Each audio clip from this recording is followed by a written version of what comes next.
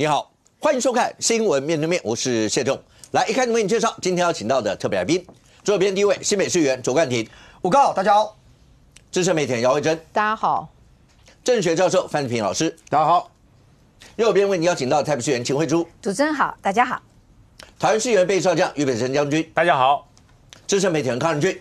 大家好。好，那上一个礼拜六、礼拜天是在726投票前最后一个选前黄金周的礼拜六、礼拜天，你看到各阵营一定是精锐全出，然后不管是在包括桃园的、包括台中的所有这些场子新北所有地方能够让所有的支持者看得到他们的热情的，大家出来了。好，包括蓝营的、包括绿营的，甚至包括白营的，所有人在这里头，那各自诉求，然后当然蓝白诉求反罢免，绿营跟罢团这个地方诉求就是要统一罢免，所有这样一些的诉求。而在这过程当中，每个阵营里面，除了大家在比人数，然后包括比气势以外，当然过程当中多多少少会有一些人有一些激情方面的一些演出。当然呢，大家看到最多的是民众党的林国成委员在那白营的场子里面，那就喊了一些，尤其骂了3字经，针对了赖清德总统，然后骂了好几次。但是他后来有道歉，但事实上来讲，这整件事情似乎也在发酵当中。不过一开始让观众们先看一下当天的场景，来。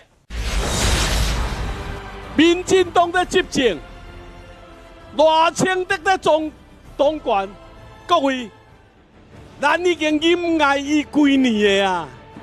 我咧要甲赖清德讲，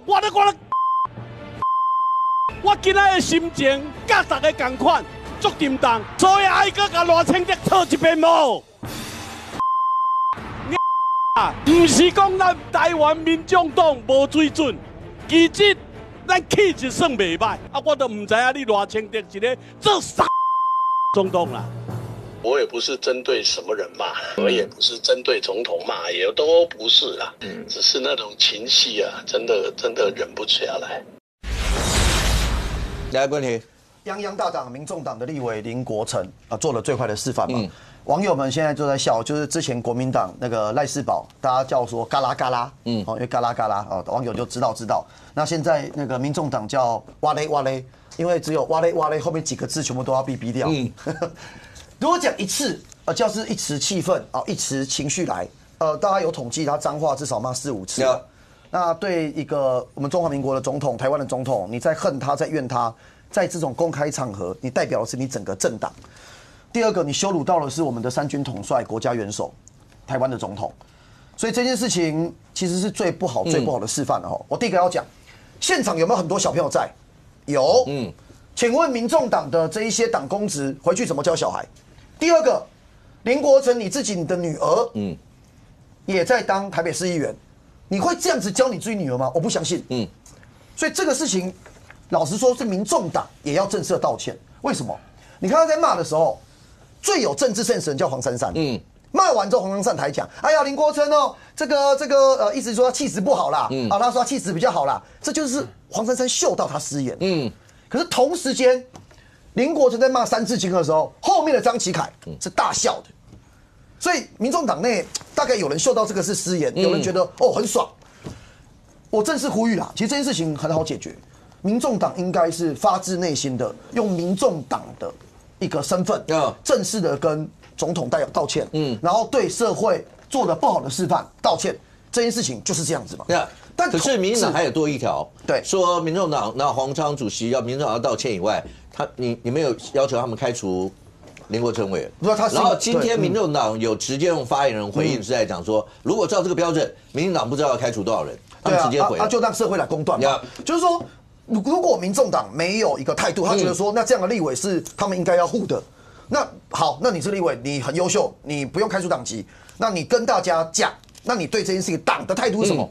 这件事情，林国成虽然后来有一个文字的一个道歉。可是老实讲，那个强度跟他在上面骂的强度是天差地远嘛。第二个，党主席黄国昌也没有表达态度。当然，以我们的立场来讲，你能够把他开除党籍，对民众党才是好事嘛。第二个我要谈的是说，除了辱骂赖清德总统以外，昨天有另外一个插曲。民众党我们一开始以为是支持者，后来发现是之前民众党的干部，闯到了民进党中央，然后去丢鸡蛋。然后后来这整出戏，更多的资讯出来之后，发现这件事情是民众党从头到尾他们自己的干部的一场大秀。为什么会这样讲？一开始你看到这个画面，是在民众党的支持者的群组中秀出来，然后所以媒体就发现了，然后就有人写独家。可是这个砸鸡蛋的画面，在第一时间，其实砸的人，他们是进不去民进党中央的。他们从这个画面你看到，因为它是一个共用的商办中心，这两个人他们伪装成补习班的学生要走进大楼。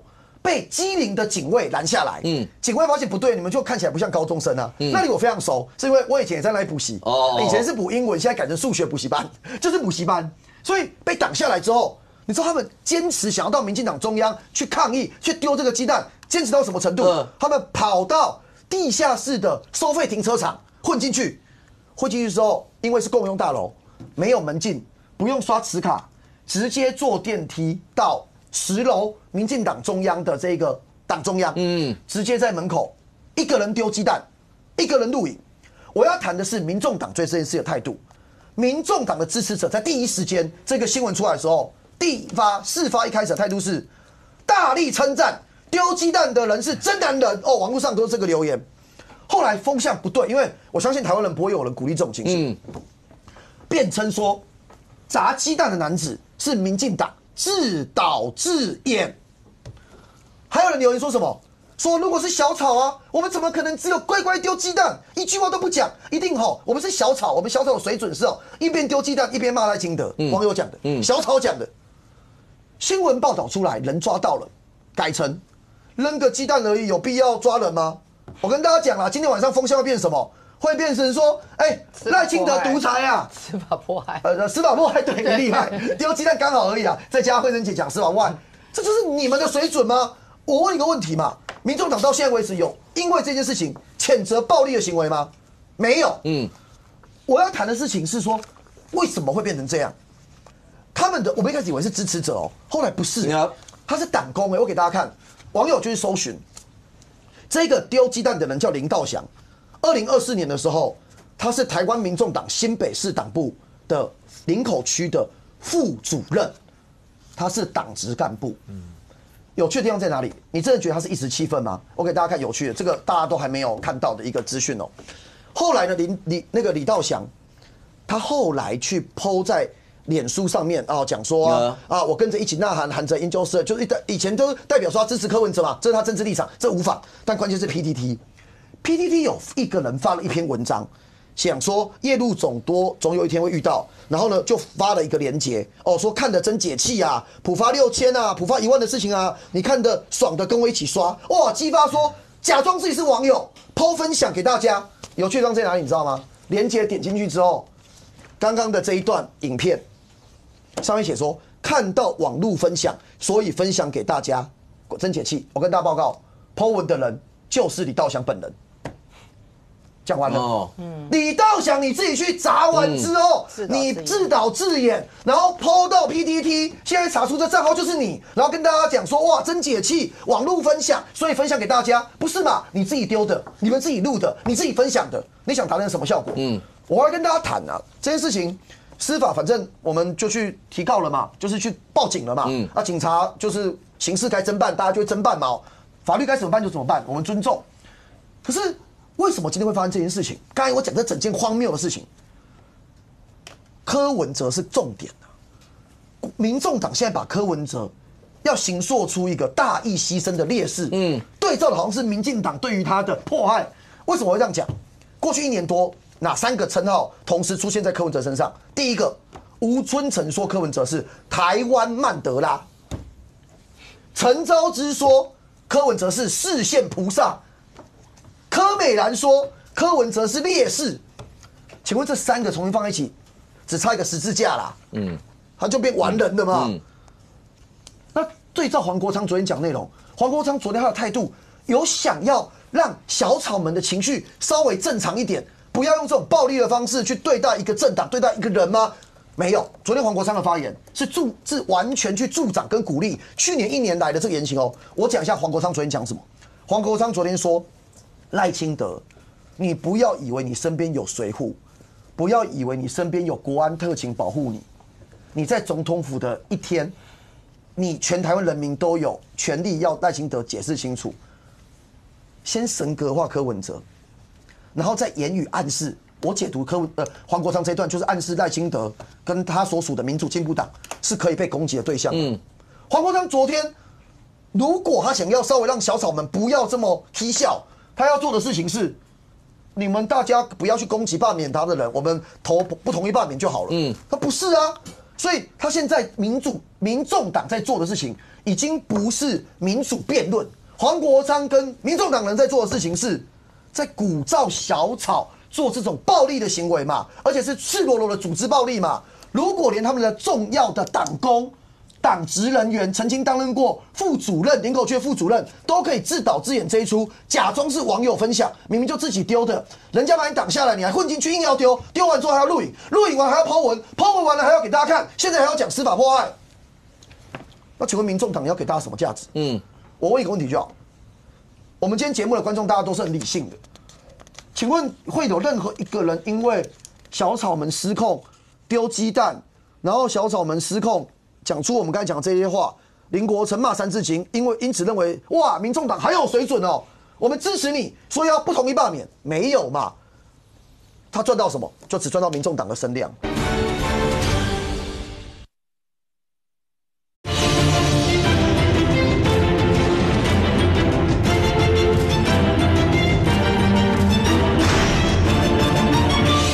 林国成骂三字经，因此认为哇，民众党还有水准哦，我们支持你，说要不同意罢免，没有嘛？他赚到什么？就只赚到民众党的声量。金姐，这样子，我们这样来看，当然选举一定选到后面，大家经历过这么多次，对，一定都会有一些激情的一些表现，但是激情不能失序，我想大家都同意这一段。对。那民众党在过程当中，因为那8席都是不分区，那照理来说，那不管怎么样罢都罢不到那8席不分区。可是民众党跟蓝营之间的结盟，就是他们也许看不惯这些，然后跟蓝营的结盟。刚才冠廷所讲这几个，第一个林国成委员的那一段那些发言，包括去民党中央砸鸡蛋这些，您个人的看法怎么样？另外一块，黄昌刚讲的那一段，那他就讲说，不要以为你在总统府一天，什么你有谁护，像这样一些词，这些词如果在冠廷眼中，就到底要诉求什么？而因为蓝营的，尤其在台北市5席委员，当然需要白营的支持，那这很正常，一定会需要这个。所以在白营的场子里面，那蓝营的委员当然都出席。那罗志祥也讲说，站在黄国昌旁边，然后觉得骄傲什么，类似这些。那这些包括刚才讲那些激情，如果摆进来，对于蓝营要想办法吹的反罢免票，你觉得是正是负？好，选举到最后一定都会有各式各样的状况跟机制，大大小小的冲突。这个是一个执政单位，从中央到各地方执法单位，他们要去密切看到这个现象，而且去重视，要去维持的。所以我先要呼吁，就是说，我们的执法单位要看到大罢免已经激起了社会的充分的仇恨，动员以及尖锐的对立，特别是在最后这几天，我们大有为的政府应该要去面对这样的一个事情，好好去执法。第二个就是说，谁挑起这样的一个对立仇恨大罢免呢？我觉得大家也要去深思一下。本来7月份是我们大家快乐过暑假的日子，现在弄到这么强烈的仇恨动员，我觉得这是一场全国人的灾难。那刚刚讲到这个民众党的事情，林国成我跟他同事很久，他是一个私底下还蛮好相处的一位好朋友。那我也很惊讶他昨天那样子激情的演出，我觉得可能真的是像他自己讲，一时情绪冲动。那他现在也道歉了。当然后面他要去面对的责难，甚至有人要去告他诽谤啊等等，我觉得他都要去承担啊。至于说要把他开除党籍，我觉得那个是民众党内部的事情。那个国有国法，家有家规，党有党规，不劳其他的人去这样子去越俎代庖。因为我们这个社会，你看看过去，马英九被丢鸡蛋，被丢鞋。被丢书、被骂，比现在更严重啊！当时做那些事情的人也不乏民进党的地方党工或者是干部啊，有像今天这样民进党义正辞严化身为正义之神出来谴责说要开除吗？所以我要讲的就是说，所有的脱序行为都不应该。所有的政治人物都要对自己负责，所有的政党都要呼吁你的支持者理性。像刚刚讲的那个小草哈，我觉得说他们有一点这个戏谑，他自己跑去丢鸡蛋，还自己录影，自己放到网络上，这种情形也是绝对不可取的。好，这个没有办法赢得掌声。对我们这个国民党来讲，我们希望小草能够踊跃出来投票支持。不同意票，但是我们也不鼓励任何的脱序行为，这样呢引起了很多讨论之后，反而模糊了焦点。就像我们今天讨论到那一块去了，这本来就不是我们选战中的主要的议题或者该讨论的，却占据了大部分的版面，楼歪了。歪到一边去了。对于正常的罢免中，我们的正方反方都一无是处，一无帮助。欣姐，可不可以请问一下，您刚一开始讲，其实7月的时候，我们知道，有很多人本来都应该要放暑假出国，一家子。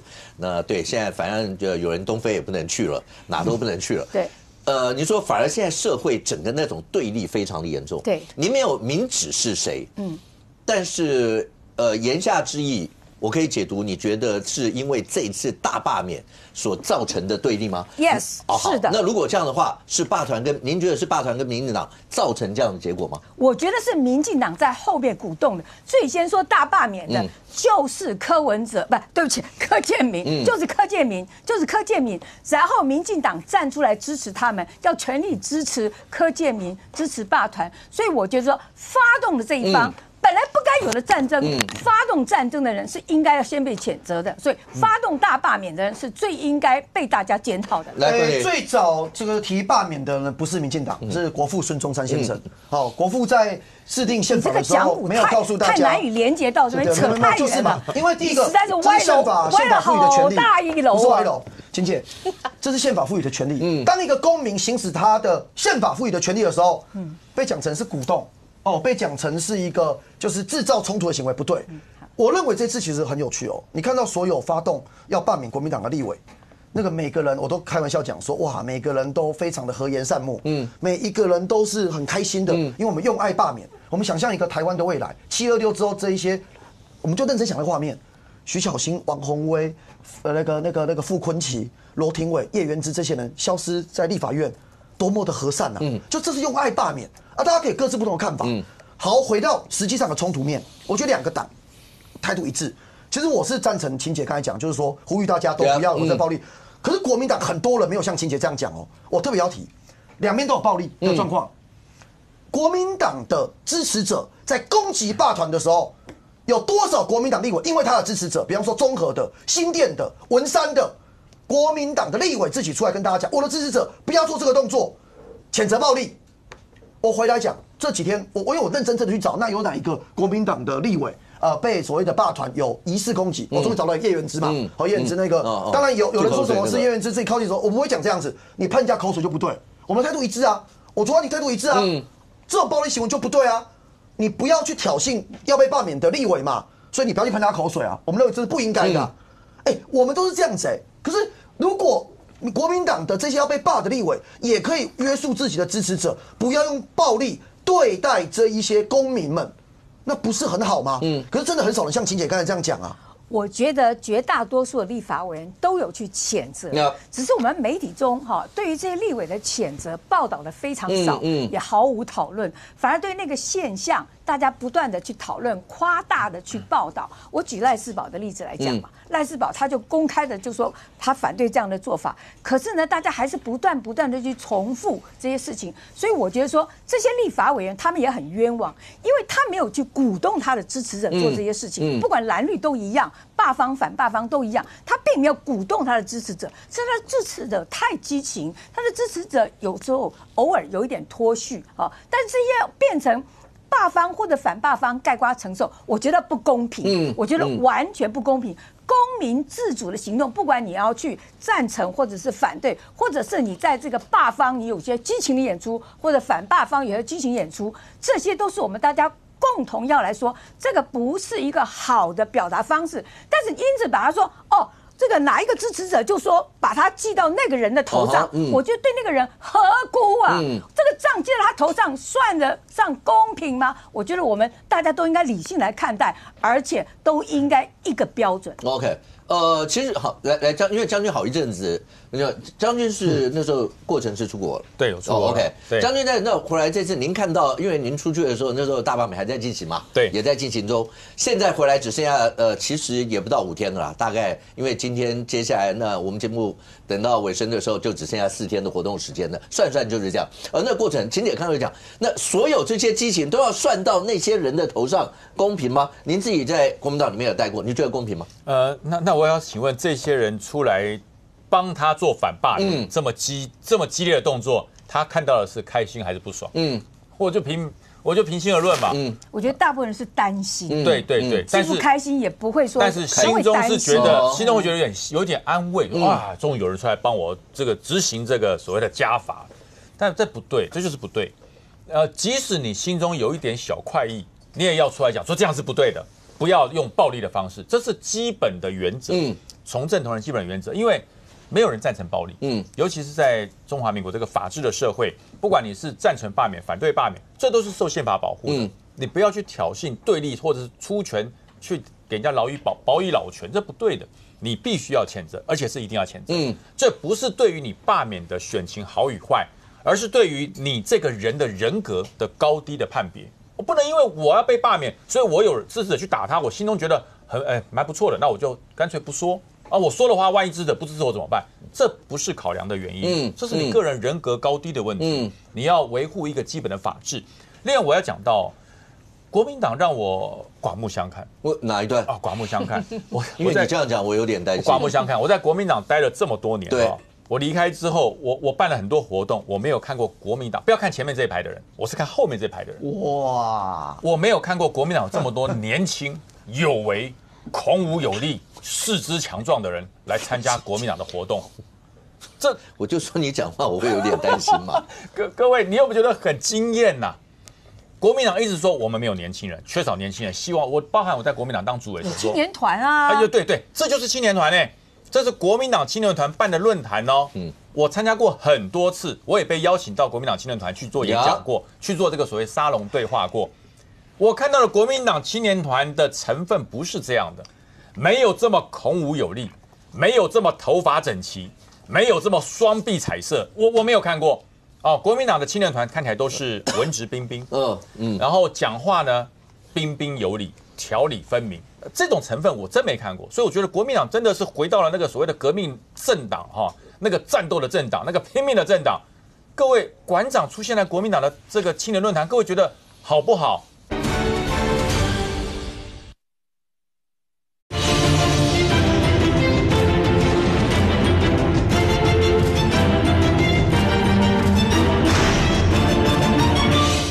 各位馆长出现在国民党的这个青年论坛，各位觉得好不好？觉得棒不棒？朱立伦的笑容尴不尴尬？我觉得很尴尬。因为什么？因为馆长在这场话讲了什么，你知道吗？上个礼拜刚刚汉光也严肃，馆长说什么？馆长语出惊人说，如果台湾人不是中国人，我告诉你，96%的台湾人都是中国人，这不是你讲了算。是不是中国人不是血裔的问题，是认知的问题。所以他讲这个，我讲好吗？我也尊重嘛。你觉得是中国人，全家都是中国人都 OK。他这一段，当然我觉得这个大家各自尊重论述。但是因为您是将军，您是军职，是的。馆长在里面也有讲一段，就是如果开战2分钟投降，对，这中国大陆打台湾，就像捏蟑螂一样。对，这2分钟投降我曾经为了有人说2小时台湾被吃掉，我赔了20万。我认赔。你知道法官问我说我认赔，为什么？我说我不收回。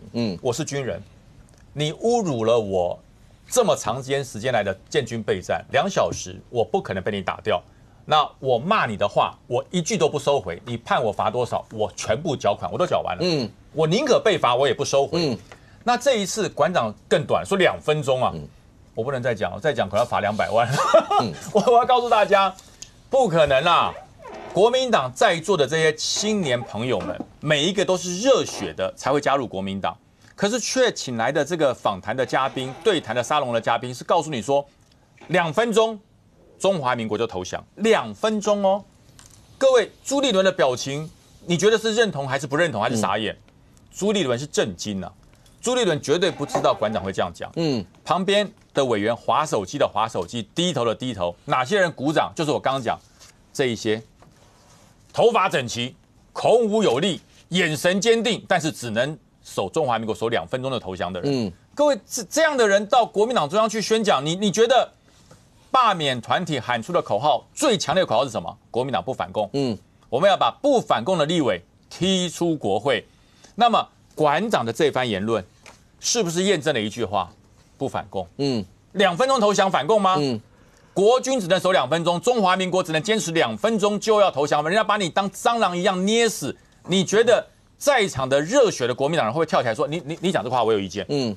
我一定会讲，你这话我有意见。我是中华民国的国军，我是备役少将，你凭什么说2分钟就会投降？你要给我讲清楚。所谓的论坛就是对话嘛，不是只有你可以讲，我在下面听的人可以讲。国民党在座这么多个人，从主席到小党员，有没有任何一个人举手说你这句话收回？我不认同。论坛就是可以这样讲。我去参加过国民党青年军的论坛啊，就有人这样挑战过我啊，我就直接讲，我说国民党的92共识我不认同，我们要调整。就是说不行，我认同这个一中各表，这就叫论坛嘛。那来辩论嘛。OK， 那请问这一场有没有人对于馆长这个他说2分钟中华民国就投降？2分钟国军就被跟蟑螂一样捏死，有没有一个人出来反抗呢？所以你这场办完之后，国民党不反共的立场是被切得越来越牢，这对所谓的你的反罢免有效吗？我觉得对于罢免有效。来，金姐要不要回讲？我觉得馆长的言论国民党不需要帮他解释，可是他在党中央也不需要帮他背书，那国民党邀请他来，他的这个言论由他的言责自负。国民党邀请他来演讲，比方说我们议会邀请一个人来演讲，他的讲的话，我们全体议员都要背书，都要认同吗？所以我觉得你的这个理论呢，就好像说他到国民党讲的话，国民党就是100%奉为圣旨，我也完全无法认同。那可是没有人挑战他那是馆长个人要去负的原则。那国民党如果风度好，他现场没有去做的挑战，那也不能说国民党就是认同他100%的言论。所以我觉得这样的逻辑，我没有办法说这种连结是对的。那如果今天请去的嘉宾在上面说我要台独建国，国民党会不会挑战他？一定挑战嘛。那为什么说2分钟被打败就不挑战呢？这就不是双标，是对于国家的认同、国家安全完全没有原则。所以说你不反共，你还有什么话讲？我觉得任何来宾讲的话，有人要去挑战他或不挑战他，那都是国民党没有办法控制的。所以你现在说讲什么要去挑战，讲什么不挑战，我觉得你是把国民党实在是太严以苛责，我没有办法认同。我补充一下，那个没有对国民党严以苛责，我们是用人性来想哈。馆长，请问是今天第一次跟朱立伦跟国民党合体吗？不是，不是，这1个多月来几场了，N 场了，反罢的活动，青年沙龙，馆长都那么爱去国民党的场子。第二个，国民党这么爱邀馆长，国民党过去这1个多月来都一样的状况哦，我就不去赘述馆长的失言了。跟他 Google， 每一场去国民党都抢进版面，每一句话都失言。国民党每一次的回应都是说，馆长他个人跟我无关。国民党是怎样啊？这么爱邀来讲一讲，说他不代表我们，但又邀他来，这第一点，超爱邀他。我问你个问题嘛，于将军退出国民党之后，国民党有邀于将军去演讲过吗？一次吗？一次都没有，一次绝对不会有。馆长没有退出国民党啊，跟于将军不一样，逻辑完全根本不是国民党。馆长不是国民党，他不是国民党都被邀了，我退出国民党都不邀，我听不懂你的逻辑在哪里。我的逻辑就是这对我严重侮辱，我不要跟他比在一起。我的逻辑就是你们非常爱馆长，所以很爱邀他，这逻辑大家都听得懂。那你不要扯于将军嘛？没有好了，没邀我朱安婷好不好？第二个我要讲，我觉得有趣的地方是于将军可以再秀一下刚才那个图吗？你要哪一张？就那个青年军的吗？对，这张。青年军。拍谁哦？你知道我觉得夸张地方在哪里吗？你要找人来充数就算了，你要动员什么人来我都没关系，你也不要因为有人有包手有人怎么样就觉得他怎么样，这都是人的展现自我身体的一个表现，都 OK 赞。可是有趣的地方是当上面朱立伦在大喊那个反罢免的口号的时候，你能想象那个画面？我看了真的很傻眼。如果有的话，等一下放给大家看。第一排大家挥手喊反罢免，第2排之后全部静默，完全跟呆滞的人一样，就是完全这场活动跟我完全无关。你知道那个多尴尬吗？那你干嘛动这一群人来？青年沙龙，我做一个结论啊，这个我从另外一个层次讲啊，国民党根本平常没在跟青年互动。这个青年沙龙这一场的唯一目的是什么？讲说反罢免，做新闻，让馆长跟朱立伦合体，让大家看哇，我们跟青年沟通。我跟大家报告好不好？上个礼拜2，现在如何大罢免，对不对？我们民进党的青年的那种就是沙龙啊，礼拜2晚上我是讲者，我们继续办，没有对外公开，全部闭门，我们有录影，然后有照片，为什么？跟年轻人沟通，讨论现在台湾的现状。那个问的问题是踊跃，就是这是平常该做的事，是对话沟通。那这场干嘛？就是给他们摆拍而已嘛。OK， 那任局来，你一样是军人退伍。OK， 那对，我们也是军人退伍，但因为是职业军人退伍。然后现在看到的这些状况，因为它牵扯到刚刚讲，这次罢免里面有一个主轴叫反共。刚将军把这个跟反共做连结，你的看法怎么样？那民众党的这720这一场，就是在民进党党中央外面，所有这些集会里面，除了林国成刚才那个过激的那个言论，虽然他道歉，但看起来民进党还一直追着这个打。黄昌为什么要直接讲到点名赖清德总统，然后讲到就是不要以为你身边有随扈啦什么什么，你都要回答台湾所有人这些问题？蓝营所有的战将站上那可以想象，因为需要白营的支持。是，那包括徐小新是讲说对，然后他拥抱陈佩琪，这个也可以想象。是，但是他也喊说他觉得柯文哲不会是那种贪污的人啊，或者什么这些词讲出来，某种作用对小草一定有吸引力。那对蓝营呢？对他本来的支持者呢？我先讲刚刚那个什么2分钟那件事了啊。我想秦姐认识的军人，大概也不会比我们少到哪里去啦。我教过很多的军校，我在中正理工学院政治专业都当过老师。是，所以我不问国民党党中央的立场嘛，对不对？那我相信秦姐大概对馆长的言论应该也不会太认同吧？完全不认同。OK， 我现在说，馆长，你刚刚讲的所有的话，我完全不认同。你刚刚讲的不够准确。他说96%的人是中国人，其实96%的人是汉人，应该说是汉人。台湾除了汉人就是原住民嘛。那这个中国人定义它是很复杂的，历朝历代有不同的定义，所以我觉得馆长的学问我是不知道了哈。但我觉得他讲的这2点，什么2分钟投降，至少2分钟我秦慧珠绝不投降。所以馆长讲的我完全不认同。OK， 好，为什么特别请教秦姐？事实上，这么多年轻人比不过一个秦慧珠议员。真的。不，我刚为什么特别请教这件事情嘛？因为很简单嘛，国民党现在有一大批的深蓝，其实是退将。或者是退军，甚至他也觉得，就是说军公教的这一块是国民党很大的一个支持者。当然，那你国民党要邀请馆长这样的人，那对于他的言论，你国民党要不要连带的负起大家外界的质疑？不好意思，就是会，因为你确实邀请了他。你如果觉得你是说对蓝营本来的支持者也会造成质疑吗？我觉得哪一个国就秦姐的支持者里面也很多军人嘛。很多蓝营的支持者其实不喜欢馆长，我讲白了哈，他们对于馆长来站台也不见得认同。但是馆长他对于白色的选民，他对于说一些没有颜色的选民、无党籍的选民是有吸引力的。所以选举就是说要极大化你的选票，也许有时候有一些候选人。会有一些策略性的一个考量，邀请馆长来吸引那些跟国民党正蓝军深蓝不一样的那一块的选票，但是并不代表馆长所有的言行蓝军正蓝军都同意。OK， 好，那问题就回来会不会顾此失彼嘛？好，国民党当然现在非常需要馆长，或者非常需要黄国昌嘛。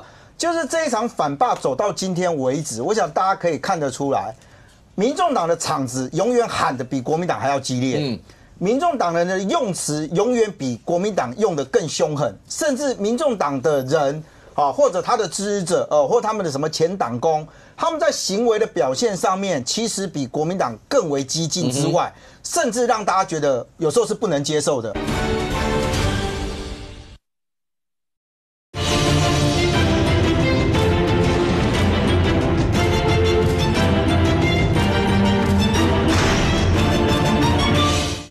行为的表现上面，其实比国民党更为激进之外，甚至让大家觉得有时候是不能接受的。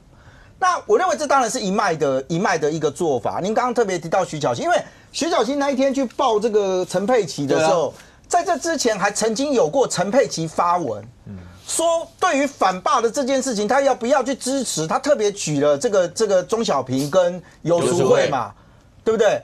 所以那时候大家会认为说，不对啊，陈佩琪在那个当下这样讲的时候，是不是代表跟黄国昌的路线是不同的？因为黄国昌到处帮国民党站台，而且黄国昌的表现跟表达其实也蛮前面的啊，蛮前面的。所以当后来陈佩琪在要上台之前，他又发了一个文，然后支持说所谓的这个反罢免，后来就上演了这一幕爆的这一幕啊。那陈佩琪接下来他跟国民党要不要再同一线？但我真的必须讲，就是说对陈佩琪跟黄国昌或这些民众党的人来说，他们很努力的把自己形塑的所有的这些条件的背后，其实还是有一个主轴叫做柯文哲。我认为他的诉求的对象，老实讲，国民党的反霸其实放到第2线去了。最近黄国昌有一个言论嘛，刚好也跟国军有关嘛啊，这个他是去批评哦，就是赖清德办公室的主任叫陈义霖嘛啊，因为他自己在脸书上面 po 文，然后穿了个军服，穿了个军服。那黄国昌当然他的脸我没有全背啦，因为他那个我没有很特别想要去看他，但他的大意大概是这样哦，你穿了一个军服啊，站在那边哦，仿佛哦好像什么像将领一般啊。那我必须讲哦，就开始有些人去批评说哦，非军人的人是不能够穿着这个军人的服饰，因为我这个也有人讲说哦，你看我们按照这个条例规定哦，你这个非这些人具有身份的人，你具有违法的问题哦。我承认，因为在你一般民众，你没有具有军警消啊什么身份，你穿的那个衣服在路上逛大街，甚至你假冒那个身份的话，还有法律上的问题。可是对于国防部在军事场合里面，我跟大家说，穿军服就是非军方人士穿军服，不是今年的特例。我特别去找了一下这个照片啊，这个照片是有点年代久远，这个人应该大家认识吧？这个叫黄敬平。这个就是小弟鄙人在下我，军事记者。我回忆了一下，这大概是民国91还92年的时候照片啊。当时我是上尉新闻官，那时候也是因为演习，国防部其实那个时候其实就已经有开始发军服给这个参加这个记者，所以你看我们黄敬平也是全套军服，然后上面也特别写了一个记者嘛。就是说对国防部来讲哦，就是参加演训的这件事情，事实上不是一定要什么服装头。我举个最简单的例子，比如说有些女性来到军中，特别是演习的场合，她可能不太熟悉，那她穿个裙子，穿个套装，你说在战地，因为演习是这种作战，你在战地走确实有些危险。其实20年前国防部就有做过这种事情，不是特别。但我认为陈义霖的这件事情会跃上台面，是因为他的发言。他的发言里面提到了改革，提到了什么？其实我知道民进党内部对于这个发言也有些意见，因为幕僚其实不应该对于政务或者事务上面发表自己的言论。所以我觉得现在民众党包含到啊，你说像陈佩琪这2天也丢啊，他丢什么议题？跟黄国昌一起丢啊，说哦，接下来要到罢免了，对不对？柯文哲的户籍啊，哦，他也有收到这个所谓的投票通知单了，但是柯文哲现在被关在土城看守所，所以不能投票。陈佩琪说什么？陈佩琪说他相信柯文哲会跟他一起投下不同意票。我再讲一次哦，法律上如果这样讲很危险，因为你不是本人，夫妻本来投票意愿不一样，那个都很正常，你怎么去代替你老公去宣布说他会去投什么票？我觉得这第一个哦，第二个。他现在讲说要把柯文哲放出来投票这件事情，大律师在这边。我们过往对于受刑人的投票哦，引起很多讨论，因为以前刑法有一个嘛，褫夺公权，大家就觉得褫夺公权之后就不能投票。后来刑法有修正，但问题是，之所以一直有争议的地方，来自于是，比如说柯文哲的户籍在哪里？他在这个地方。如果你要在监所里面进行投票的话，它会变成不在籍投票，因为他本人不在，所以过去有打过行政诉讼的是什么？你知道，受刑人啊，他把他的户籍迁到监所，结果那时候就是在桃园市选委会出事情啊。因为受刑人讲说，我的户籍都已经迁到监所了，你桃园市选委会没有在监所里面设置投开票所。后来那个时候桃园市选委会说不行，因为真的执行上有困难，所以这个可不可以讨论？我认为当然可以讨论，因为有那么多年10几年呢，大家在讨论这件事。但是这些主轴变成是要放柯文哲出来，那你想想看，这些的对象不会是我们在场的这些人啊。这个诉求的对象一定都还是所谓柯文哲忠贞的支持者嘛？可是慧珍如果要真的这样讲的话，那陈佩琪讲的那段话说，如果大罢免成功，柯文哲会被关到死。那这个诉求对小草就会总是会有影响了吧？因为连接上柯文哲跟所有这些，对，所以看起来陈佩琪也看起来陈佩琪也是卯足了劲儿在这一块啦。可是不管怎么样，720这一段是在民进党党中央前面。然后好了，每次造势大家就会去看人数、看气势。对。只不过昨天那个歪楼道，因为林国成他们讲的那些，大家就跑去讨论那些。对。因为大家要看的就是白银在这场子里面，等于黄国昌是卯足了劲儿，全力动员。蓝营的5个在台北市要面临罢免违约，全部都到，那势必要知道你们能吹出多少帮我啊？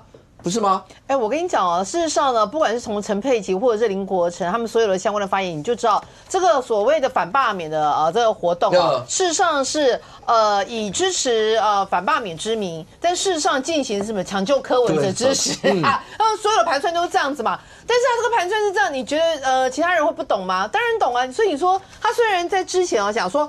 史上无上限，游览车无上限，大家说什么甚至连台南党部啊就发动动员令啊，全部都要来啊，结果就被我们的四叉猫我觉得那个四叉猫很厉害，就是跑到了中央党部哪边去弄的一个空拍图，就发现稀稀落落啊。他说我跟你讲啦，你这个人怎么算来算去顶多就是1500人，你知道吗？昨天刚好有一个活动，什么活动？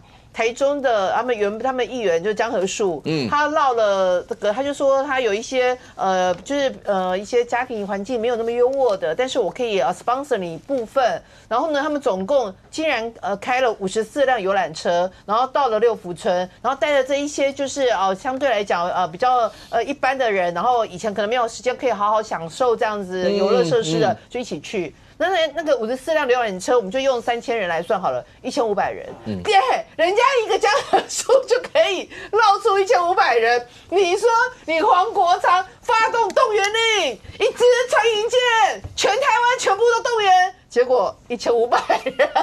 所以你说那个民众党动员真的动员假的，玩真的玩假的。慧珍姐，我想讲一下，因为我昨天被支持者痛骂，为什么？因为这个图。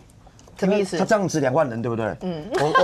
我跟于将军去这个杨梅这一场啊，大家看一下这个画面。这画面，然后现场主持人喊3000人，我的社群讲3000人，被支持者痛骂说，人家那2万人，你们讲3000人，求高义。对啊，你看，结果反而是这个什么世道啊？你现在知道以后像这样，你要喊几万，对不对？这样喊几万，这样喊几万，喊3万差不多吧？这用10乘以10起跳了，对。那个一望无际啊，只说3000人，说3000被支持者痛骂，好不好？不要说，就那个有一些人要办一些户外开讲活动，都超过这，所以嘛，就是很拉惨嘛。那你所以你就知道这个民众党从头到尾都是这样。就是气氛在壮大自己啊！他弄这个场子最重要的目的是什么？就不断的告诉大家我是反绿第一品牌。赖清德只有我们能敢呛，我们呛完赖清德之后，我们马上有人贤父命令，是不是贤父命令不能讲了哈？马上有人就自导自演，然后去那个党部，然后去进行这件事情。所以我们有死士，我们敢抗绿，我们。一下子瞬间就把你看今天我问你啦，你那个国民党做这两天这么多那个造势，比得上人家的那个泼鸡蛋吗？新闻都没了，你们什么都没了，被人家吃干抹净。所以金姐刚是用歪楼来形容了，对啊，就把那些新闻吃掉，这是事实，因为时间就这么多啊。所以你就知道这个。很可怕，就是说你们以为人家是来好像来跟你们握手啊，但事实上人家后面是带一把刀，你不死，我怎么会有位置补选，对不对？就是所以这是，然后包括你说什么江河树，我问你啦，江河树他是哪里？台中的，江河树把那1500人从六福村带来这边。哇塞！不仅你声势大，江河树那1500人是真正能帮助你们守住国民党的那几个立法委员台中的，说不定他们在游览车上有帮我们宣讲反罢免啊。我想那个慧珠姐真的人很好，但是江河树跟黄国昌没有那么好，因为这样我们都知道嘛，那时候黄国昌变成是党主席的时候，还曾经江河树那时候就说因为我不要球员监裁判，我就辞了我的那个台中的党部主委。结果后来被人家说马上收到6封辞职信叫你辞。江河树又说：“我有必要糟蹋人到这个地步吗？我是自己请辞的，好像被你搞得我是被开除的一样。”那你说江河树他抱的是什么心态？江河树的心态当然是你们台中的干掉1、2个，我们的碧如姐才有机会补选上嘛。所以光民众党自己内部，哇塞，有的是为救党主席啦，有的是为自己谋后路啦，有的就是心想说我管你嘞，反正我跟你黄国昌又不好。所以黄国昌他们这一场从头到尾都是在以所谓的协助国民党之名，事实上真的是在挖你们的根基啊。范老师，其实19号、20号，刚才慧珍讲的是。蓝绿都有很多造势的活动，然后人也都很多，因为大家都要在黄金周把所有的气势吹出来嘛。当然不可讳言，民众党这一场里头，确实包括林国成的发言，包括很多的相关的这些讯息，在媒体上面确实占尽了一些版面。但是过程当中有一些大家的讨论是大家没有办法理解的，譬如说周宇修现在是秘书长，然后过程当中那一段有一点类似，像不像文革？范老师，对，因为您是大陆专家，那段是不是像文革的那一块？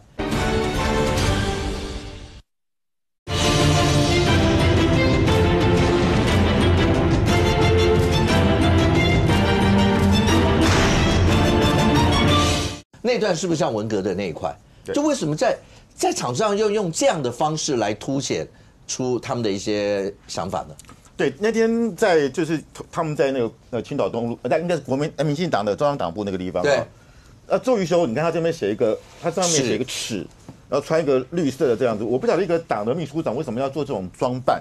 所以你看到他们这边的装扮就很像那个1966年中国那个红卫兵啊，他们戴一个被斗争的人牛鬼蛇神帽，牛鬼蛇神戴那个帽子，尖的帽子，对，然后挂了一个牌子，对，他们叫做戴帽子。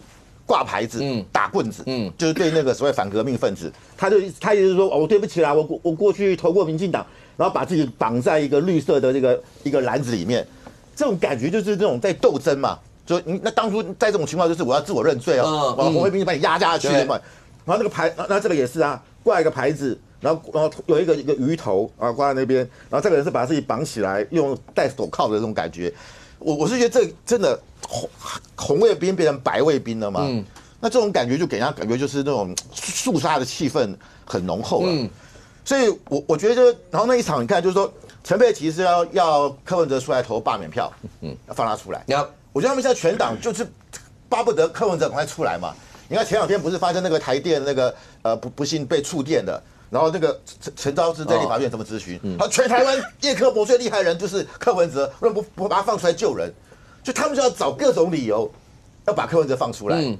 但是问题是，一般民众觉得是 OK 吗？例如说，陈昭之说柯文哲是这个全台湾最会用叶柯膜的人，他已经多久没有操作了？他当市长当了8年，你觉得抓他出来适合吗？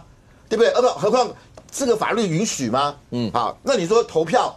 这个要柯文哲出来投罢免，那每个候选人都说我要出来投啊，所以我觉得拿这些理由都会让大家觉得说，你们到底这个目的是什么？不过我刚才讲那个馆长到国民党那个什么全国青年工作青年沙龙，他叫青年沙龙，沙龙是什么？他讲是沙龙，沙龙是什么？就是17、18世纪的法国，他们找了讨论艺术、讨论文化、讨论思想，爱找国民党来干嘛？讨论思想，馆长可以讨论什么思想？对啊，对，言语的艺术，言语的艺术。对，我觉得你看，像上面后面那些观众，都是理那个寸头啊，然后那个有刺青包起来了，看起来对，看起来就像阿迪亚那种，对，很杀。我觉得你何必呢？你来这两边互相折磨嘛？你觉得馆长讲那个什么2分钟，台湾就被打垮了？我觉得朱一伦应该当场驳斥他，不是这样。我当过行政院副院长，我知道我们国军是有战力的啊，什么就让他这样讲呢？所以我觉得这个当然国民党你当然要概括他承受啊。但是我觉得这个民众党办的那个台北这一场，我真的觉得真的是大不如前了。我今天如果柯文哲我在台北看守所，我看你一定会觉得说，怎么我们民众党还要动员游览车啊？还从台南动员，对不对？然后呢，还说什么受你保险费啊，还什么免车资？民众党什么时候搞成这样子？你看前几年柯文哲还在的时候啊，不是还在了，他都还活着，他还在，他现在也在，他当党主席的时候，我有一次他们办活动，我刚好坐捷运啊，在那个台大医院站，那个小草真的都是年轻人，而且每个人头上戴一个草，对，然后会发亮那种啊，在捷运站，他也不会说我到捷运站把它收起来，没有，我小草我骄傲，就是这样子，然后整个捷运站挤得满满的，我叹为观止。什么时候昨天1500张椅子坐不满，好，然后还要从南部动员，啊，所以我觉得就表示什么，那些草跑掉了嘛，那你说不是有2个去丢鸡蛋？如果这些人真的是怎么年轻的小草，我觉得那就表示民众党还有希望，是党工啊，听说50、60岁了，他也不算草吧，所以我算是老草了哈，所以你就觉得这就表示什么？这个还是同温，就是越同温，而且越激进。啊，然后我觉得这个林国成他昨天5次的去用3字经去骂赖清德的妈妈，我是觉得很不应该。第一个，我不认为他是情绪失控，你忽然脱口而出一句，那我觉得我可以理解。连续讲5次，他们有没有直播？当然有直播，他就是要他就故意要营造这个愤怒。那我觉得是不是因为他看到现场这个人来的不够多，他为了要刺激啊用这种方式，所以我觉得真的是还难以理解。而且我们要知道，赖清德这辈子最爱的人、最在意的人是谁？就他的妈妈。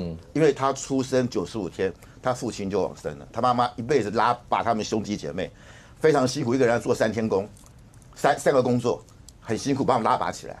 你今天用这种方式去屈辱、去消费、去污蔑人家的母亲，你可以骂赖清德啊，这个混蛋，王喜德，你这个骗子，什么都可以，你不要砍拖到人家的妈妈嘛，尤其不能用出口嘛。好，那我觉得林国成，但是我今天在我的脆上面，我有发表对林国成的这个批评嘛，我觉得民众党应该要处理，排山倒海的出来说林国成讲得好。说出我们的心里话，但是我看到这些账号可能都是假账号，因为我看不到照片，而且用词都蛮接近的，表示他们在用什么？用网军在洗我，因为这些人过去都没有看过我的脆嘛，但是我要讲说，这些人会有人多少出来投票，你可能是键盘部队，但是这些人还是在空中啊，所以我觉得从国民党这2天啊，当然台中昨天这个卢秀燕很有面子啦。动员300，这个我们等一下来看，说两边各自阵营。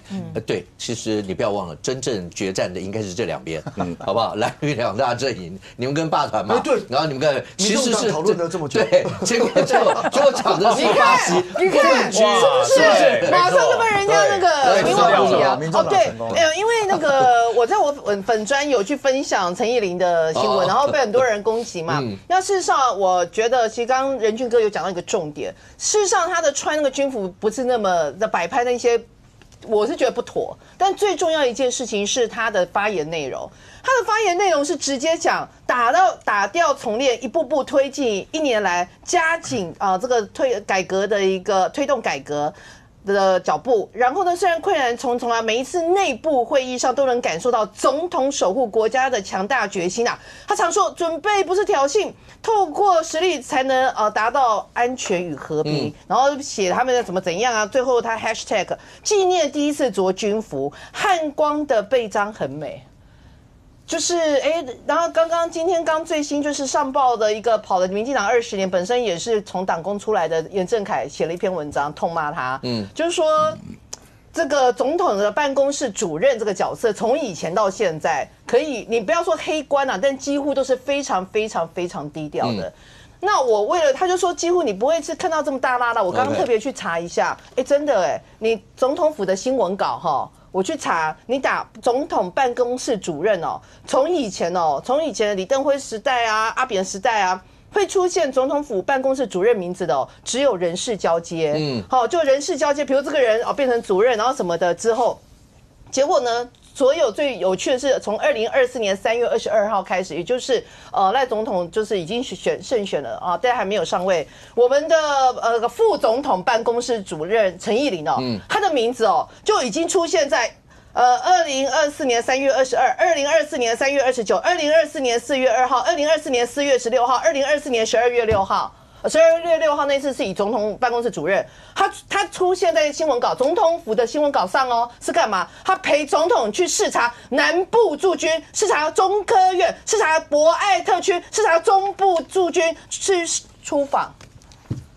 我问你啦，历任的总统，历任的总统府办公室主任，有人这样搞的吗？有人这样搞的吗？你还徽章很美，你以为你是那个阿帕契的那个议员叫什么？女议员叫什么名字？李倩蓉哦。总统办公室主任是什么样子的位置？你自己来讲。以前我刚刚讲的超过20年。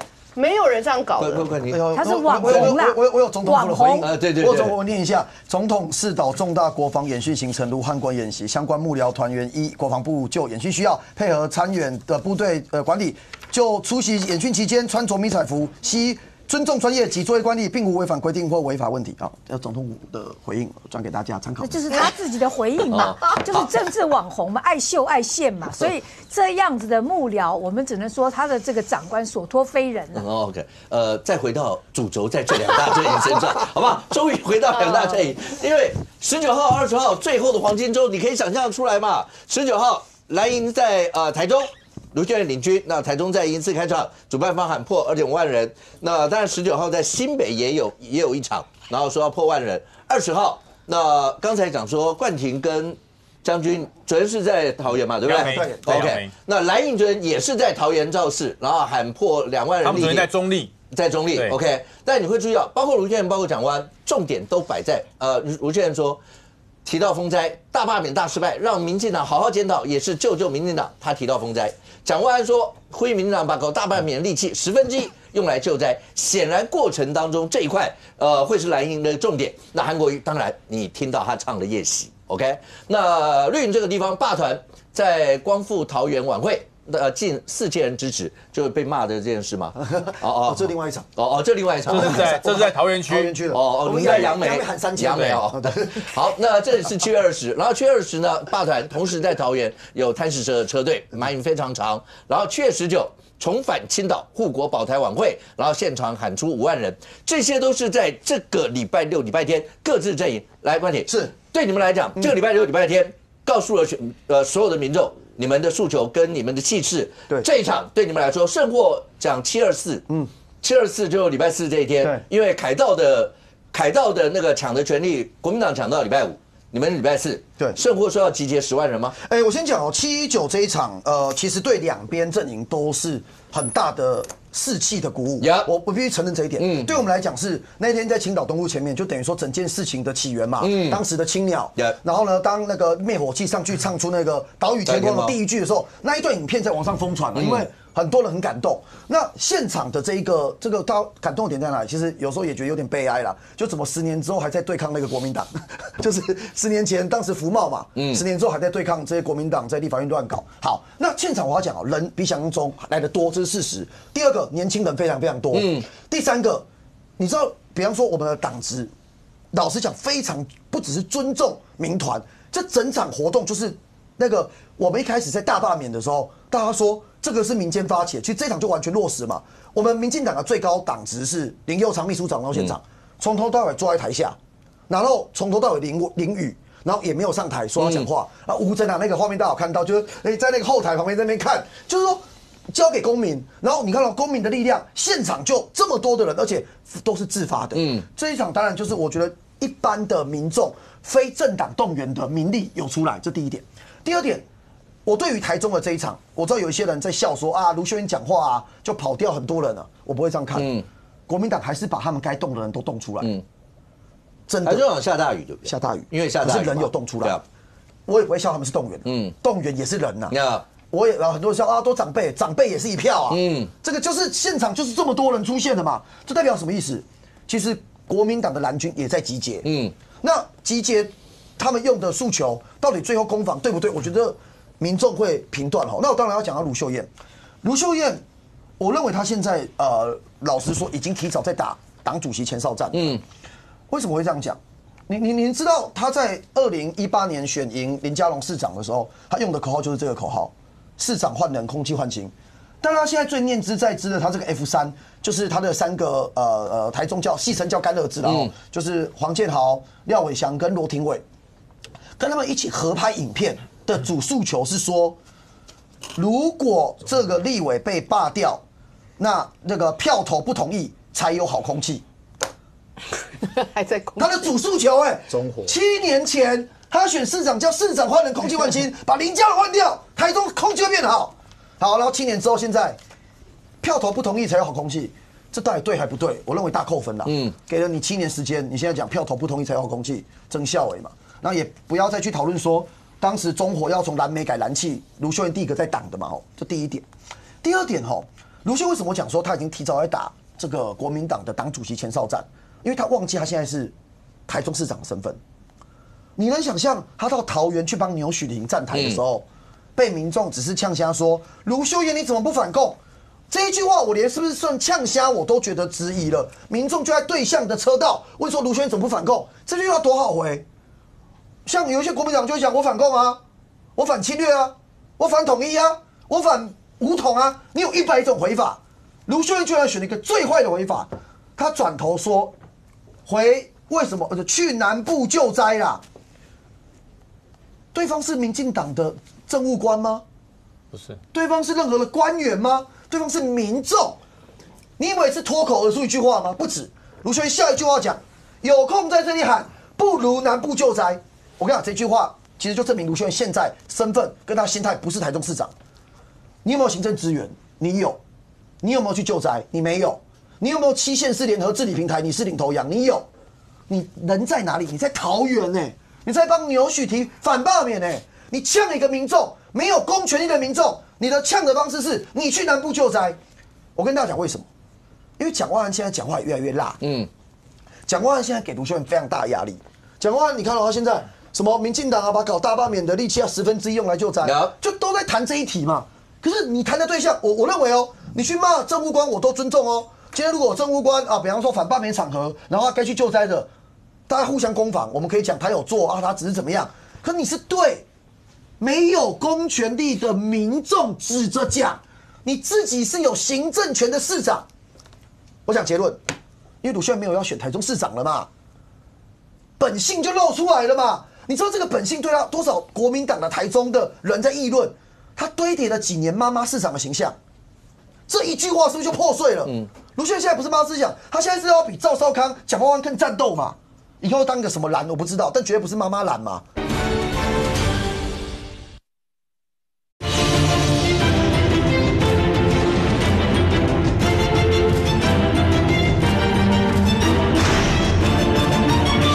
可你是对没有公权力的民众指着讲，你自己是有行政权的市长。我讲结论，因为卢秀燕没有要选台中市长了嘛，本性就露出来了嘛。你知道这个本性对他多少国民党的台中的人在议论，他堆叠了几年妈妈市长的形象，这一句话是不是就破碎了？卢秀燕现在不是妈妈市长，他现在是要比赵少康、蒋万安更战斗嘛。以后当个什么蓝我不知道，但绝对不是妈妈蓝嘛，因为他不是妈妈市长的形象了嘛。以前是妈妈市长以前叫妈妈蓝嘛，现在不是啦。那现在卢秀燕为什么要这样做？因为这是他的选择，他没有要选台中市长，他不用再去演妈妈市长。他现在选的是一个，我比你更蓝，我比你更战斗，我比蒋万安更凶，我比韩国瑜更杀。你任何人来呛我，我就把你呛回去。有责任的人，有行政权的市长，跑去骂没有资源的公民，这事情像是正确的策略吗？我觉得不是。来，今年我觉得卓冠廷的发言让我觉得他好怕卢秀燕选总统我讨厌他，现在就开始打他、抹黑他把这样子一个大罢免冠上说他的罪名就是他无心当台中市长要选总统，可见卢秀燕真的让你们害怕。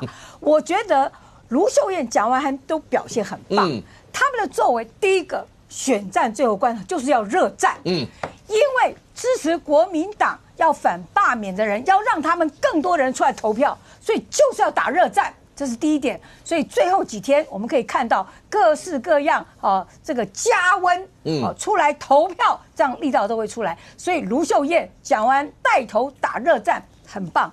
第二个，卢秀燕说去救灾了，我们知道每次天灾的时候，第一个都有很多的公民团体啊、慈济啊、慈善团体啊去救灾啊。你这罢团的人可不可以也去救灾啊？这个逻辑完全通，完全对。而且为什么要民众罢团或者慈善团体去救灾？因为中央救灾不力嘛。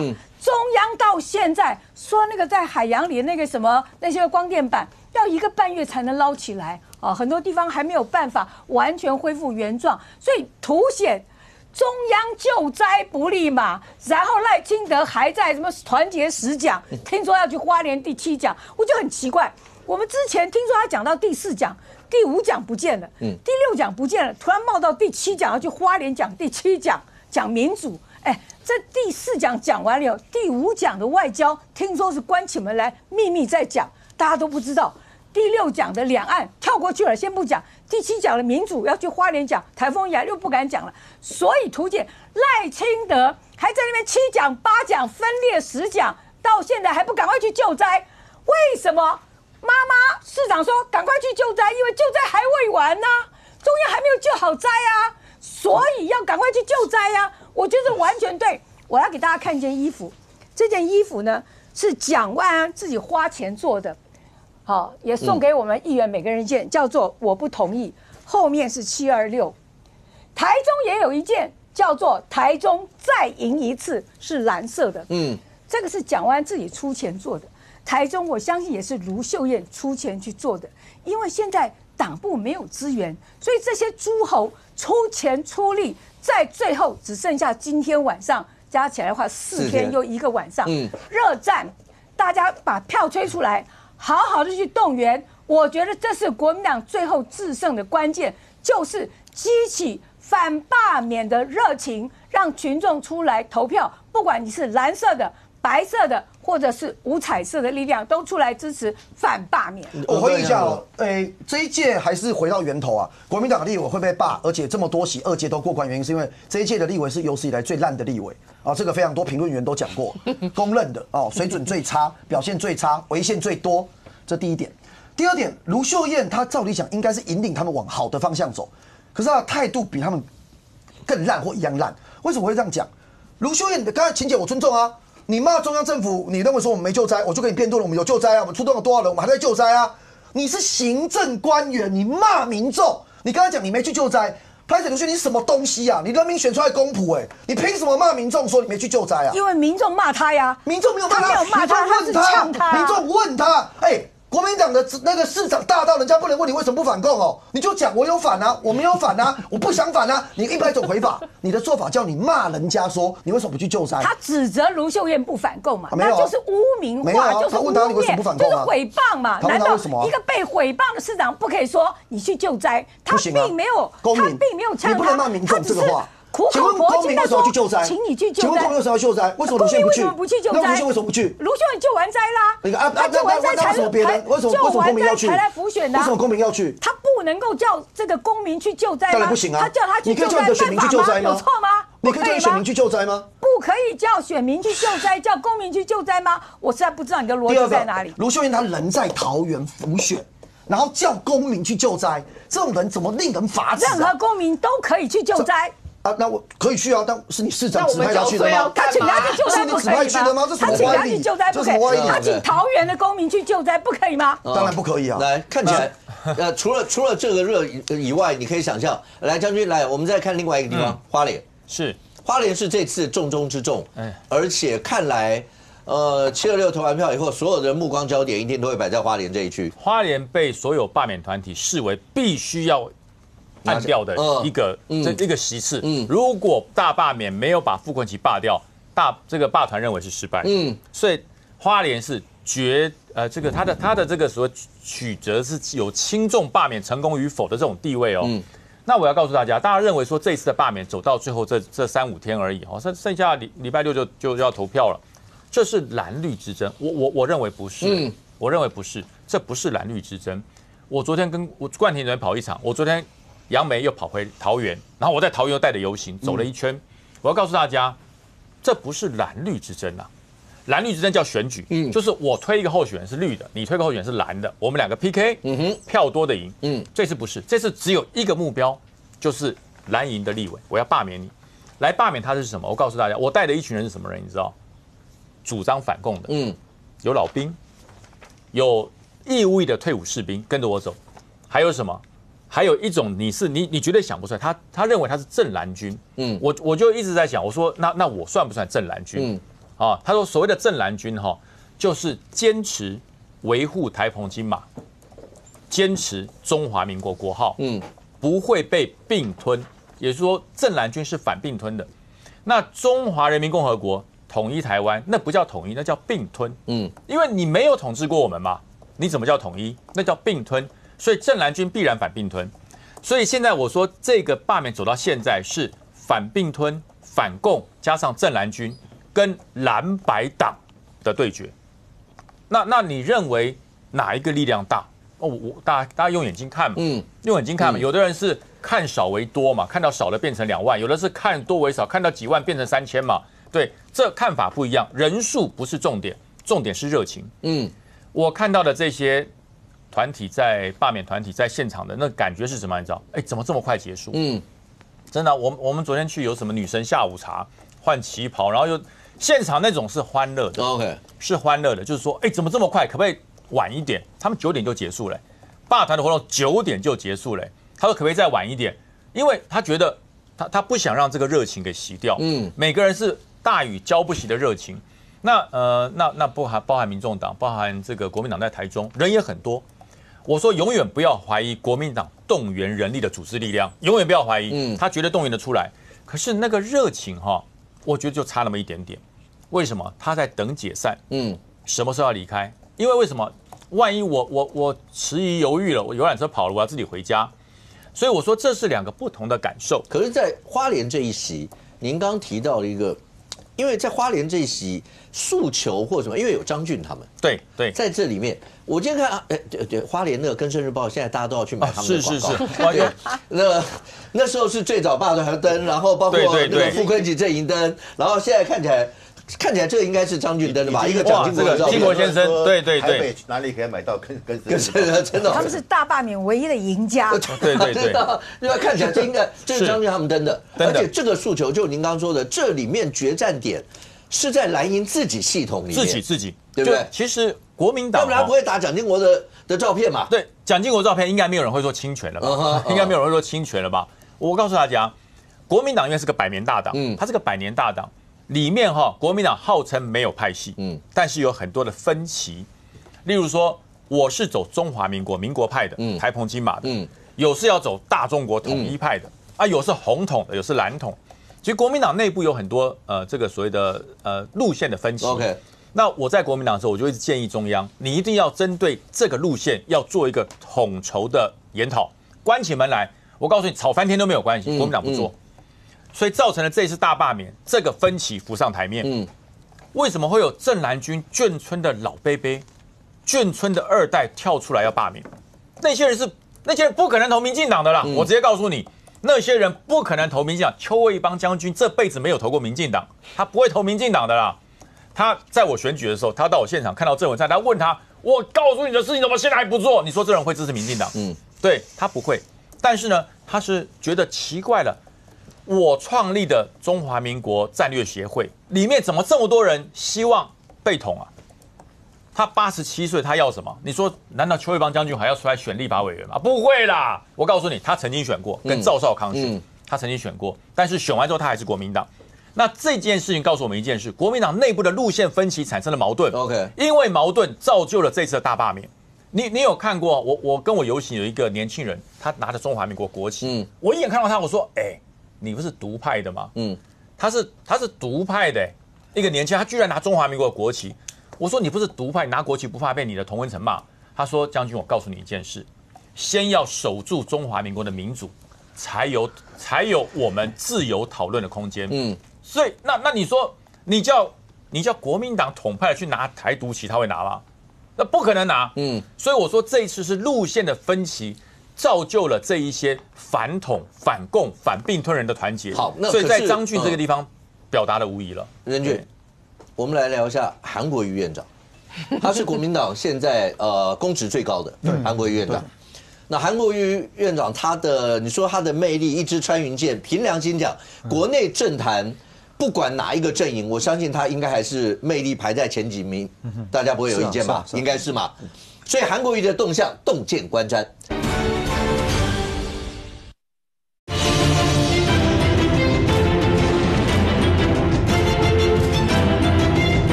所以我说这一次是路线的分歧，造就了这一些反统、反共、反并吞人的团结。好，那所以在张俊这个地方表达了无疑了。任俊，我们来聊一下韩国瑜院长，他是国民党现在公职最高的韩国瑜院长。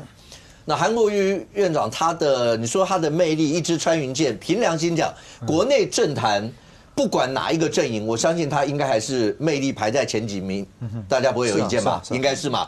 所以韩国瑜的动向，洞见观瞻。刚才清姐讲，包括国民党现在几个诸侯，包括卢秀燕，包括蒋万安，大家另外一个最关注的就是韩国瑜院长，他到哪里去，他能够换出多少的支持者？花莲，前2天大家在讲，因为本来要去，结果后来跳过花莲到了台东，因为交通的问题，因为时间的问题。但是接下来傅昆萁这样讲，他来啊，对他确实也去了啊。他去了，为什么大家还是要讨论？这个韩国瑜跟傅昆萁哦，说实话，这2个人这个中间的，也不能讲恩恩怨怨，理论上应该要相辅相成嘛。如果大家还记得当时韩国瑜市长要选总统的时候，那时候还在试水温。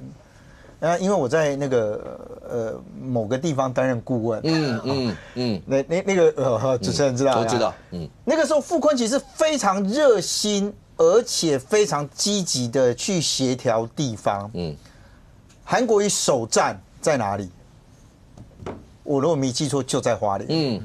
傅昆萁动用了大量的资源跟大量的人力去协助办出那一场的活动，被视之为韩国瑜要竞选总统的起跑点嘛。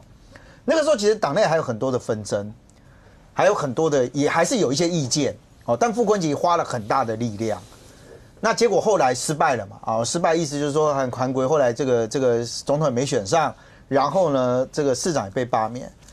但是时间转换到了后来变成大家都当立委的时候，一个是院长，一个是党团总召，理论上面来讲，2个人应该是合作，应该是没有什么问题的，因为前面有那一段嘛。可是大家有发现到，其实韩国瑜跟傅昆萁基本上在立法院有时候态度是不太一样的。最经典的就是那个韩国瑜公开讲，有些东西其实不一定要急着做，例如花东3法。我认为这件事情对傅昆萁来讲是一个伤，因为老实讲，韩国瑜当然大家认为说立法院长要行政中立，可是从去年2月1号到现在为止，我作为一个跑立法院的政治记者，我认为立法院的本部在行政中立的这件事情上没有做得很好。特别是在议事有瑕疵的时候，韩国瑜很多时候选择视而不见。但是这种视而不见对于傅昆萁来讲是不是有绝对的帮助？这就回到了大家现在在看傅昆萁跟韩国瑜之间微妙的互动嘛。为什么这次去他到底是去了10分钟还是20分钟？我看媒体有写20，有写10，然后他在讲的内容有没有提到傅昆萁？然后又把他跟在洪孟凯那个场子，然后叫洪孟凯甜心宝贝，不是？你知道大家就开始在那边解释，对，目的就是要找出他们2个有没有余量情节这些吗？可是他好歹去啊。这个如果拿林国成的例子来说，虽然不太恰当林国成说他有很多东西站在台上之后，那个情绪来了那看起来韩国瑜那一天心情是很平静的，没有什么情绪，没有特别的。你说到傅昆萁都没有什么情绪出现嘛？理论上面来讲，我现在都讲正常推断嘛。韩国瑜上次就要去花莲啊，对啊。是因为遇到砂石车翻覆啊，还要特别强调说我还一定会去，对，所以大家当然会高度期待嘛。对，那结果变成是君子之交淡如水，甚至是没有那么激昂，但情绪激昂到骂三字经那是完全不对的啊。我的意思是说，看起来他是保持着一个 OK， 我到了。我相信韩国瑜跟傅昆萁之间的情感的连结。跟韩国瑜跟洪孟凯之间情感的连结，理论上应该要有点差别。因为这还包含了这1年里面立法院国民党党团总召跟立法院院长的角色。包含到他们协商什么的，是每天，这不是讲每天，每次都会有会面的，每次都会有接触的。但我觉得韩国瑜选择了用一个很比较平静的方式出现在花莲。其实老实讲，花莲哦，我认为傅崐萁可以掌握的票数会比韩国瑜多很多。他有没有那么需求韩国瑜一定要在那边声嘶力竭或什么？我其实觉得以傅崐萁的状态来讲，不是那么的重要。但傅崐萁需要有一个角色是，你韩国瑜到处去，你总不可能连我国民党党团总召的场子你都不来吧？当然，尤其是各阵营都这么在乎的一个场子。是，而且如果照您刚刚那样分析，韩国瑜如果不去，万一这个地方有个什么闪失，那我一定会被大家千夫所指。没错。但是我去，你刚刚讲的话，感觉上我就行礼如仪来了一下。秦姐，你听他刚刚那样讲，是不是这个意思？我感觉上就是行礼如仪。我觉得这个就是他们包括很多媒体见缝插针嘛。举个例子来讲，我请问你，韩国有没有去？韩国有没有去万美林那边？大家会在乎吗？韩国有没有去郑前那边？大家会在乎吗？韩国有没有去月圆之那边？大家会在乎吗？大家不会那么在乎嘛？媒体不会报道那么大，我们今天也不会花时间啊，大家来讨论嘛。那就是大家都很在乎啊，大家都很在乎，韩国也都会去，但是媒体都不会报道哦。哎，但就傅崐萁这也会啊。对，所以这个就是媒体效应嘛，所以我们今天才会来讨论嘛。所以我觉得这个。就是说很多余量情节，当事人没什么事，旁边两边煽风点火，媒体报道，明星也好啊，这个政治人物也好，就生出心结来了嘛。我觉得韩国瑜跟这个傅崐萁就这样，就像刚刚来宾讲的，其实傅崐萁韩国瑜去不去，他都有他的节奏，都有他自己的选战的打法嘛。但是他不去，大家就见缝插针，甚至那个张晋说：“你看，我才是正蓝军。”傅崐萁这边韩国瑜都不去，就有很多这个见缝插针，或者是说各式各样的传言。其实我再插一句话，刚才慧珍还讲一个，因为傅崐萁的场子，媒体报道韩国瑜没有连傅崐萁名字都没有3个字。然后傅崐萁在桃园那个场子唱了他最拿手那首《夜袭》。他在花莲那场子，45年前的什么花莲之星，对，是什么就花莲之歌，他们那时候连这个都拿来说，你看。韩国瑜如果唱到夜袭，你看那个整个场子啦，是吧？连这个都拿出来比。对呀，对，人家他们就是见缝插针。媒体要不要把我们24个要被罢免的，其他23个韩国瑜到那边是唱什么歌、讲什么话、做什么动作、开什么玩笑，一列个表出来好不好？这太无聊了嘛！我讲实话，我也不要见缝插针，我塞一个大龙炮进去好了。好，来，空间够大。傅崐萁的指标是什么？现在所有国民党的人其实都曾经遇过一个罢团的口号，罢免某某某就是罢免傅崐萁。对国民党来讲，当然每一席立委都重要，我承认我不会去讲说谁大立委谁小立委，但在这么多大家人人平等的立委里面，傅崐萁算大立委吧？因为他是党团总召嘛。过去的所有的东西，很多大家质疑说傅崐萁，连那一天。傅崐萁跟林国成两个在那边滴滴嘟嘟要搞法案，王宏威都会生气到说不要再这样弄了，我已经快受不了了。傅崐萁当然有其指标性，如果今天韩国瑜是一个政坛的小菜鸟，他刚在这个出茅庐，刚当立委，他不懂人情世故，我觉得 OK。我不认为韩国瑜会不清楚说，今天傅崐萁如果他在这边遇到任何的危机。对国民党来讲，到底是福还是祸？我没有下断言哦。我说韩国瑜他心里面一定有一个评断是，今天如果傅崐萁他怎么样，在立委的位置上面受到动摇，对国民党来讲，民进党好就讲好，民进党好，民进党或罢团会如何的去操作？韩国瑜会不懂这件事情吗？他到其他立委的场子里面都愿意，我不用去点名他到底唱什么歌嘛。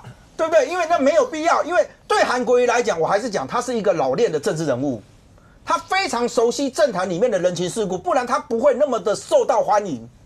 傅崐萁那么的期待他过去那里，到后来还要再强调，上次就是因为路况的问题，他一定会来。最后韩国瑜给的表现是这么的，大家君子啊，大家好，大家加油啊！的时候，你说外面不要讲见缝插针，国民党自己都把鞭炮放进去，好不好？OK， 这样。韩国瑜对花莲非常熟悉，因为他在花莲师专教过书，他还在那边教过书。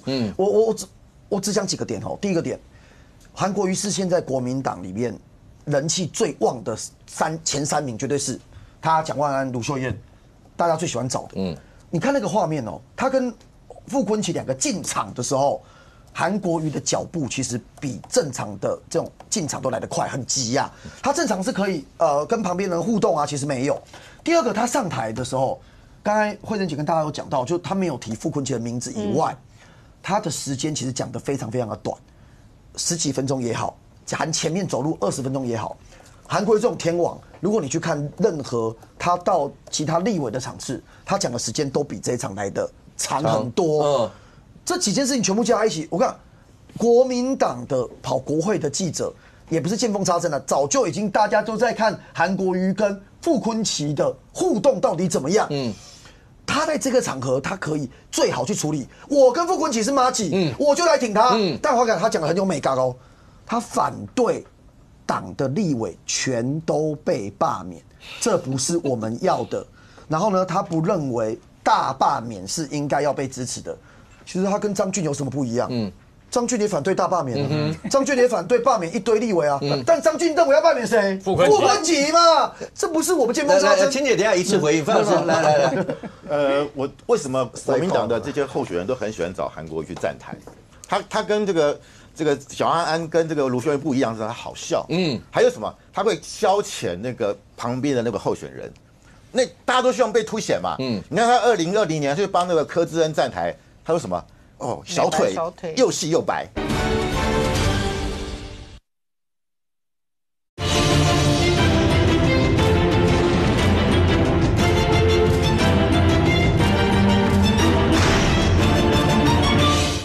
但张俊认为要罢免谁？傅昆萁嘛，这不是我们见缝插针。青姐，等一下一次回应，范老师，来。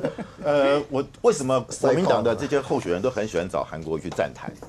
他跟这个小安安跟这个卢秀燕不一样，是他好笑。还有什么？他会消遣那个旁边的那个候选人，那大家都希望被凸显嘛。你看他2020年就帮那个柯志恩站台，他说什么？哦，小腿又细又白，有没有？他就讲这个嘛。然后他上礼拜3去帮黄建斌站台，说：“哎呀，你看起来就是不像会卖台的。”然后他不是上礼拜去说什么？哦，我们立法院有4大美男子啊，然后黄国昌、刘许廷啊、廖伟翔，他们在台上开心啊，对不对？他就是喜欢玩这种梗。你要把第4个也讲出来。还有柯建铭，柯建铭我觉得有点歪了。第4个不讲呢？柯建铭有点歪了，事实不符，也是对差距太大了。所以说，我觉得他这个是他的魅力嘛。所以你想看他去了花莲，去了傅昆萁场子，傅昆萁多期待你提我小傅嘛，对不对？哪怕亏我一下，我也开心啊。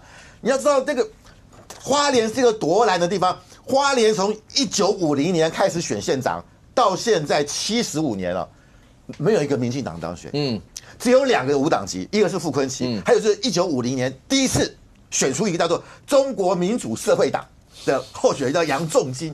知道中国民主社会党人，你就有年纪了，对不对？那是1949年跟蒋介石来台湾的2个花瓶政党，就是青年党跟什么民社党。不是阿苗那个社民党哦，不是哦，社民党是后来年轻的哦，所以花莲这个地方蓝到不行啊。所以傅昆萁来有没有那个韩国瑜来有没有效果？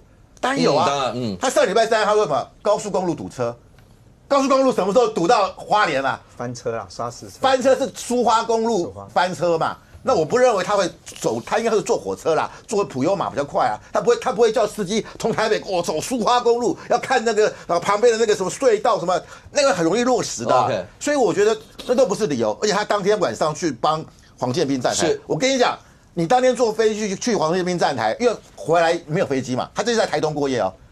你杀到花莲去，我跟你讲，傅昆萁陪你扫街，哪怕扫到半夜12点都可以，所以他就不去啊，他就在台东，不去花莲啊。台东花莲是花东一体的啊，对不对？你黄建斌顶多要9点，然后我就开个车1个小时就到，可能1个多小时就到花莲陪傅昆萁，为什么不要？他宁可住在花莲，就是宁可住在台东，他也不去花莲。他不用在10点以前活动结束哦。不要为了要避免罢免，罚点钱算什么？哦，对不对？哦，是，对不对？鼓励韩国瑜我违法只是提。醒大家有法令的，对不对？为了来，请姐一次回应这刚才讲的傅昆萁跟韩国瑜的。韩国瑜好重要哦，也好辛苦哦。大家连他走路的速度、讲话的内容、讲话的时间都搞得这么清楚，得的结论就是说，韩国瑜其实没那么支持傅昆萁。讲了半天，花了5到10分钟，就是要得一个结论，见缝插针说韩国瑜没有那么支持傅昆萁，这就是大家要的嘛，这就是大家要的嘛，分化蓝军嘛，分化傅昆萁跟韩国瑜嘛。但是我觉得真正的韩国瑜的支持者，傅昆萁的支持者没那么笨，不会被你们分化了。所以我觉得最后韩国瑜一定是支持所有的国民党24个立委，通通要过关。反对大家的大罢免，包括傅昆萁，你们再见缝插针，再继续算他走几步啦，讲几句话啦，开了什么玩笑啦，都没有用，都不会成功的。OK， 对于陈佩琪女士来讲的话，可能会非常的失望，因为最新的讯息是柯文哲跟尹小薇，那从8月2号再延押2个月，所以726这一次的投票，那显然柯文哲没有办法去投。那对于李文忠来讲的话，2000万交保，沈庆金1亿8千万的保金，自己要筹1亿的现金才可以交保。那其他的我不知道，可能要保人啊，或什么要有资历的保人，类似这些，全部都要现金。他全部都1亿8都要现金，那其中1亿要他自己1亿嘛，其他的也是要现金。OK， 所以对于尤其对于柯文哲来讲的话，这个讯息不知道在接下来这几天会有什么样的一些的波涛或怎么样。但是这2天有另外的一则讯息，来慧珍是财经专家，请问一下，赵少康今天直接喊。对，说他得到的消息来源，说关税就是32%，对，民党为什么都不敢都不讲，都不什么什么，然后行政院就出来讲说没有收到通知，怎么会有这种事？我们还在磋商，对，但为什么在这个节骨眼上剩下5天？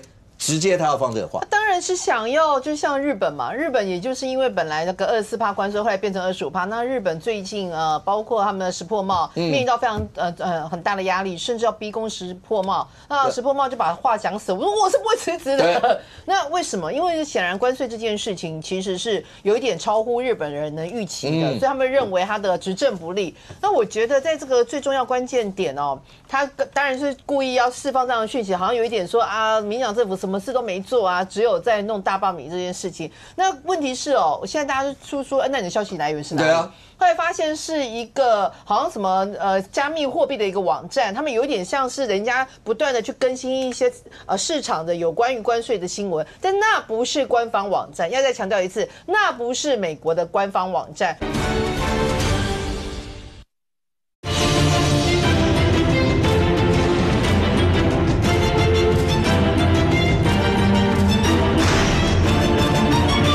民党为什么都不敢都不讲，都不什么什么，然后行政院就出来讲说没有收到通知，怎么会有这种事？我们还在磋商。对，但为什么在这个节骨眼上剩下5天？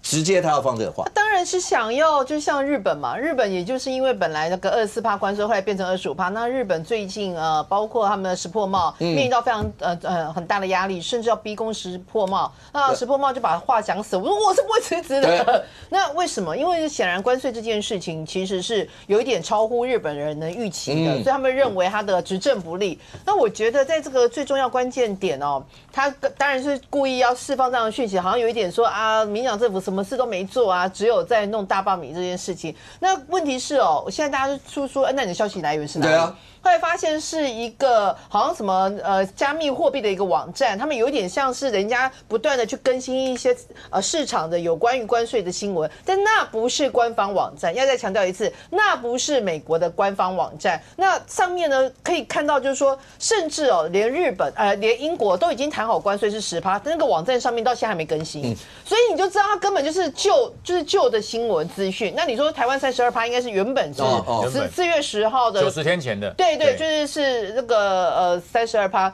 那现在这几件事，因为会影响到股市嘛，你不要说别的，我朋友就说，到底就是觉得你这个时间点你放出这样的讯息，你是企图影响股市之外，你要企图影响使人那个罢免不成功嘛，就让人家会觉得说有点不 OK。我觉得他自己也知道这个有点不 OK， 所以徐小新才会马上跳出来要查证。